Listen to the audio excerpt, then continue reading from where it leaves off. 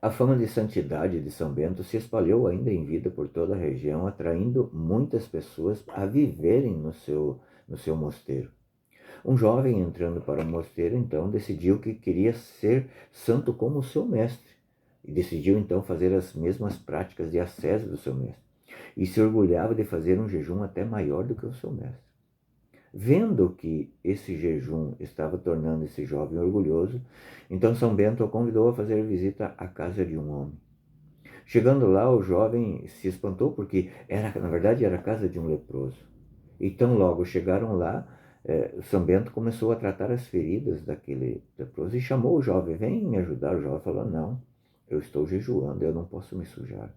São Bento então falou: muito bem, jovem, você passou a primeira fase, você aprendeu a mortificar o corpo.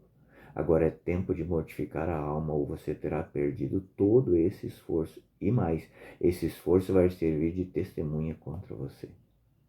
É isso que Jesus nos ensina nesse breve evangelho de hoje, que está no livro de Mateus, capítulo 9, versículos 14 e 15. Veja. Então os discípulos de João, dirigindo-se a Jesus, perguntaram: por que jejuamos nós e os fariseus e os teus discípulos não? Olha a petulância dos discípulos de João. Estavam assim de coleguinha com os discípulos dos fariseus, né? Olhando para os discípulos de Jesus que não jejuavam. Então, nós temos que olhar para a verdadeira intenção que está por trás do jejum. Porque muitas pessoas fazem jejum apenas por dieta. Isso pode até ser louvável no ponto de vista da saúde. Mas o jejum espiritual ele tem que ser acompanhado de oração e tem que ser acompanhado de uma reta intenção. Os fariseus faziam jejum simplesmente para cumprir a lei. Eles pareciam pessoas piedosas, mas por dentro era puro pecado, não mudavam. Não mudava o seu interior, não tinha a reta intenção. Os discípulos de João não, eles já tinham uma reta intenção, jejuavam porque estavam esperando o Messias, o Salvador. Então não faz sentido os discípulos de Jesus fazerem jejum, porque eles estavam com o Salvador, eles estavam com o Messias e não tinham intenção de praticar aquela lei, pela lei, todos aqueles preceitos que não servia para nada, a não ser para subjugar, né, os fiéis, os judeus. E Jesus aqui vai falar assim, ó, podem os amigos do esposo estar tristes enquanto o esposo está com eles? Claro que não. Imagina você ser convidado para um casamento e está lá, coisa mais linda, aquele casamento, aquele banquete todo. Mas a proposta que vem é fazer jejum. Não faz sentido. Porque é um momento de alegria, é um momento de celebrar. Mas Jesus aqui adverte-os, dizendo assim, dias virão em que lhes será tirado o esposo, então jejuarão. Quando é que foi tirado o esposo? Na paixão e morte de Jesus foi tirado o esposo. Foi um tempo de luto, um tempo de tristeza, sim. Os apóstolos ainda não estavam prontos espiritualmente, não tinham a ação do Espírito Santo sobre eles ainda. Então, por isso que Jesus, não adiantava nada Jesus colocar sobre eles um peso muito grande. Então, esse tempo esse tempo da paixão de Jesus foi o tempo que foi tirado o noivo. Mas quando é que o noivo é tirado de nós? Quando é que Jesus é tirado de nós?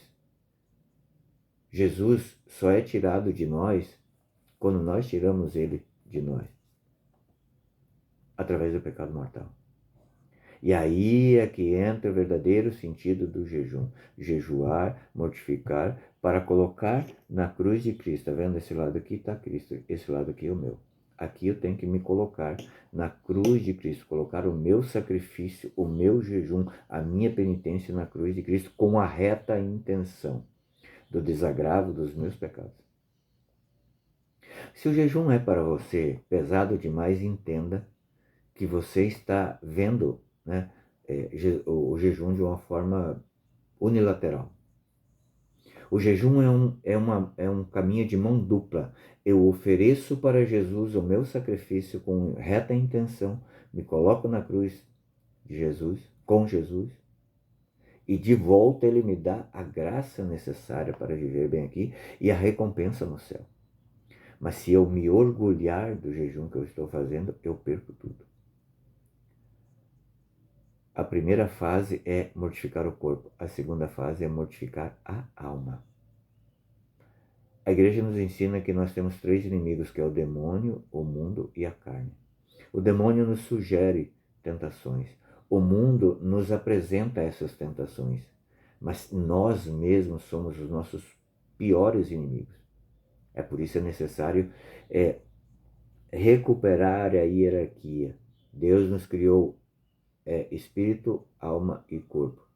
Quando nós pecamos, nós fazemos a vontade do corpo e expulsamos o espírito da alma. O jejum, ele recompõe na ordem correta, que é o espírito, a alma e o corpo. Aproveite esse tempo maravilhoso de quaresma. A quaresma nos ajuda a ser um tempo litúrgico favorável para vivermos as práticas de ascese com a reta intenção de desagravar os nossos pecados e os dos nossos, para alcançarmos a glória eterna, por amor a Jesus. Deus te abençoe. Boa quaresma.